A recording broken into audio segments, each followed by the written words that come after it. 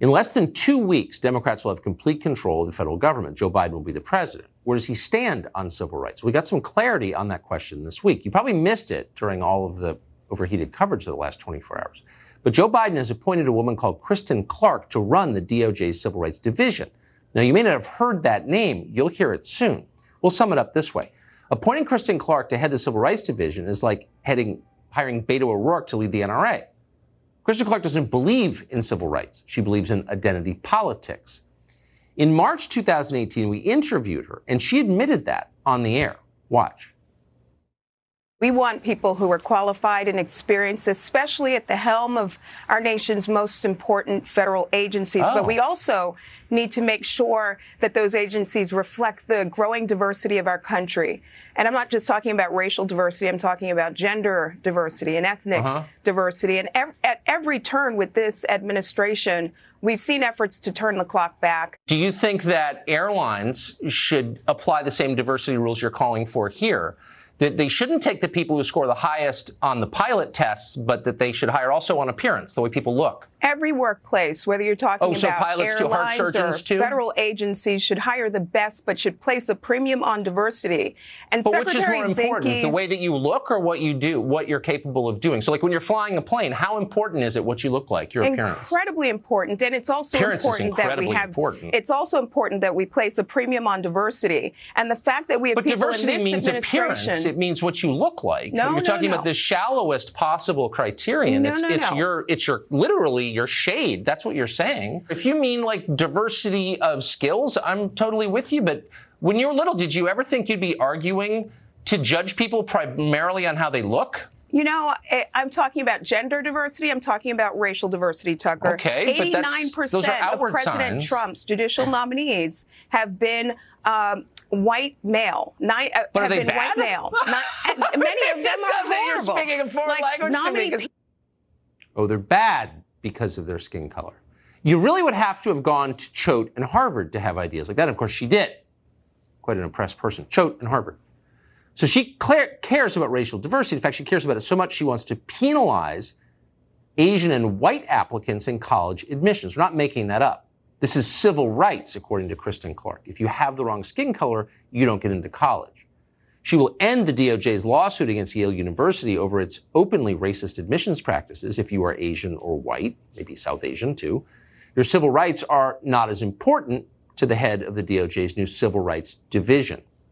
If that sounds a little backward to you, you should know that Kristen Clark is not stopping there. She also thinks identification cards are racist, but only in certain situations. So if you buy a gun, of course you have to show ID. That's not racist.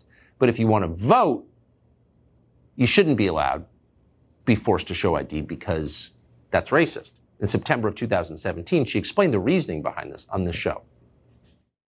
Are there really millions of people who don't have photo ID? And you know the answer is no, there aren't, because there can't be. There are 600,000 people who don't have a conceal and carry permit or passport or driver's license or a passport, or else they can't live in this country. Tucker, so here's my question. Is it racist to require a photo ID to get a job or stay in a hotel or buy a gun or fly on a plane? No. So why is it racist to ask when you vote? The right to vote is the most important right in our democracy. And we don't need to erect hurdles and barriers that make it harder for ordinary Americans to vote.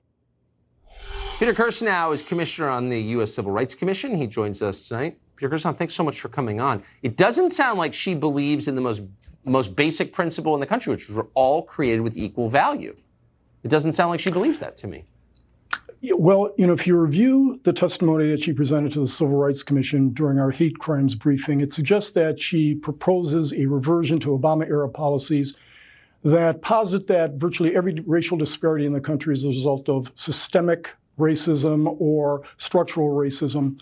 And that leads to certain conclusions. And one of them is, and she testified in the hate crimes briefing, is a focus on hate crimes. And if you look at, this is beyond mere Kristen Clark, if you look at the left and the Civil Rights Division and the direction in which they were going under Obama, there's an expansion of hate crimes, a stress on hate crimes that could expand it to speech, for example, that goes beyond Brandenburg versus Ohio. It's an incitement to say certain things or certain words or express certain concepts. And you may have prosecutions on hate crimes with respect to things you say the wrong way. You know, Trump supporters saying things the wrong way. There may be some hate crime prosecutions there. I'm sure some would like to do that. But take a look at what hate crimes do. Hate crimes, you know, we had a hearing on this where, you know, in 2015, for example, 1.2 million violent crimes in the United States, murders, rapes, robberies, things of that nature. 821 were hate crimes. In other words, 0.067%. You're statistically as likely to be hit by lightning as you are to be the victim of a violent hate crime. But more than that, everything is going to be focused on identity. One of the things that's troubling has to do with crime. And that is that I suspect that we're going to have more consent decrees binding the police departments in the fashion that was like Chicago and other police departments that were subject to consent decrees. What happens then? A magnified Ferguson effect, skyrocketing crime rates. Same with respect to prosecution of individual police officers.